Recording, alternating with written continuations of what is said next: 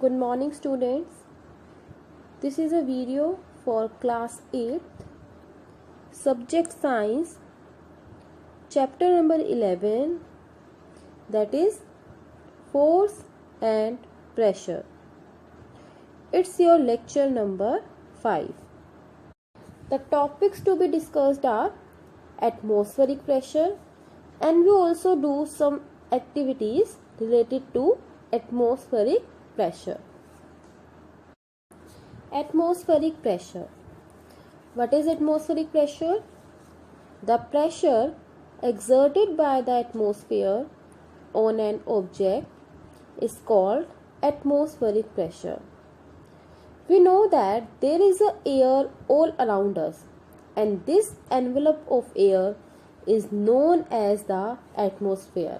Right? This layer of gases is known as the atmosphere.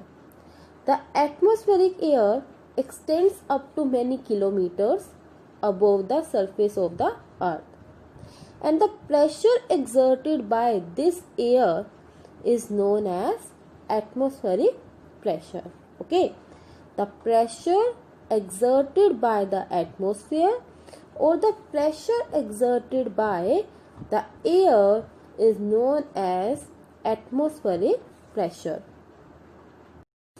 We know that the pressure is force per unit area. If we imagine a unit area and a very long cylinder standing on it filled with air, then the weight of the air in this cylinder is the atmospheric pressure. Okay, the weight of the air which is present in the cylinder is the atmospheric pressure. Means the atmosphere exerts pressure on an object. Okay, now we do an activity to show that atmosphere exerts pressure, and for that take a glass tumbler and fill it with water, and then take a cardboard sheet and place it over the mouth of the tumbler. Okay, take a glass tumbler which is filled with water and take a cardboard sheet and place it over the mouth of the tumbler. Now place your hand over the cardboard. Place your hand over the cardboard and quickly invert the tumbler. Okay, quickly invert the tumbler. Now slowly remove your hand that supports the cardboard sheet. Okay, remove your hand that supports the cardboard sheet. By doing this, we will observe that the cardboard sheet does not fall. Okay, the cardboard sheet does not fall. And why the cardboard sheet not falls? Why the cardboard sheet does not fall? Because of the atmospheric pressure on the cardboard. Okay, because of the atmospheric pressure on the cardboard. And this atmospheric pressure on the cardboard is much more than the pressure exerted by the water on it. The atmospheric pressure on the cardboard is much more than the pressure exerted by the water on it. That's why, due to this atmospheric pressure, the cardboard sheet does not fall. Okay. So I repeat, the cardboard sheet does not fall because the atmospheric pressure on the cardboard is much more than the pressure exerted by the water on it. So this shows the atmosphere or air exert pressure on an object which is called atmospheric pressure.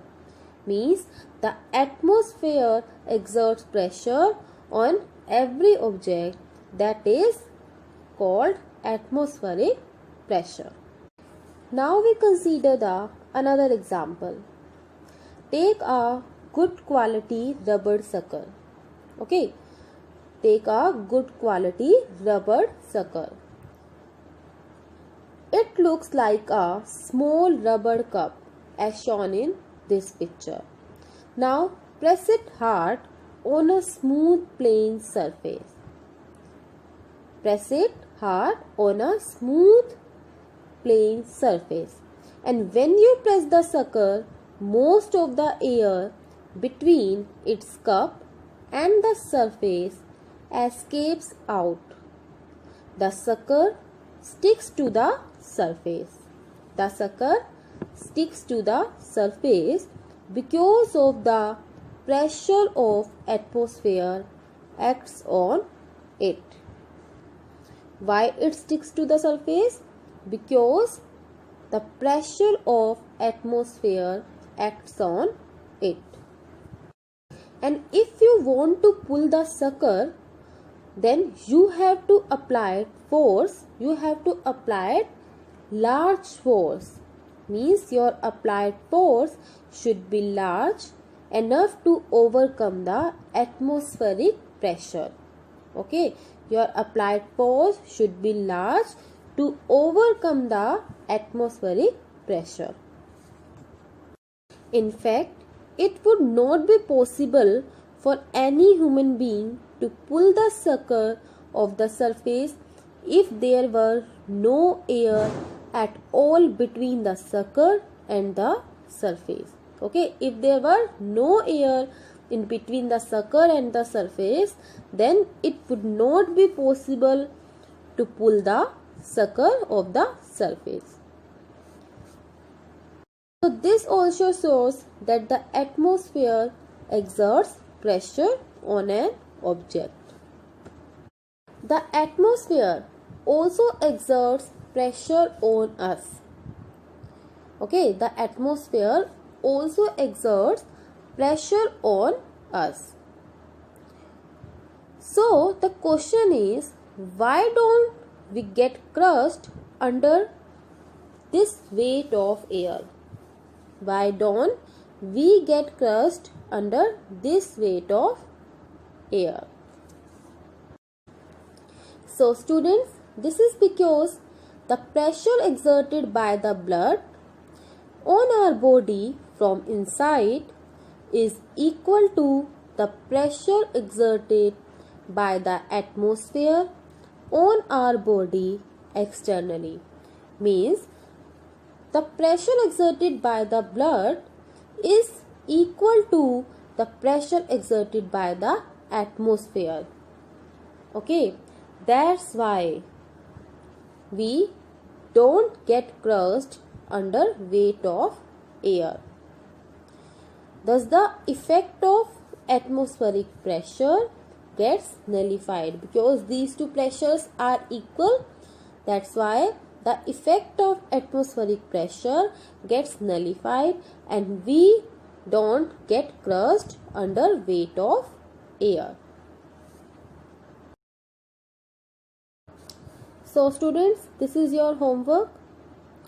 Question number 1 is, when we press the bulb of a dropper with its nozzle capped in water, air in the dropper is seen to escape in the form of bubbles. Once we release the pressure on the bulb, water gets filled in the dropper. The rise of water in the dropper is due to option A is pressure of water, B option is gravity of earth, third option is shape of rubber bulb, and last option is atmospheric pressure. Out of these 4 options, you have to choose the correct one. Question number 2 is, what is atmospheric pressure? What is atmospheric pressure? Question number 3 is, why don't you get crushed under weight of air? So do these 3 questions in your fair notebook today. Now we will discuss the homework solution of lecture number 4. Question number 1 was, define pressure. What is the unit of pressure? So the answer is, the amount of force acting per unit area is called pressure. Okay, what is pressure?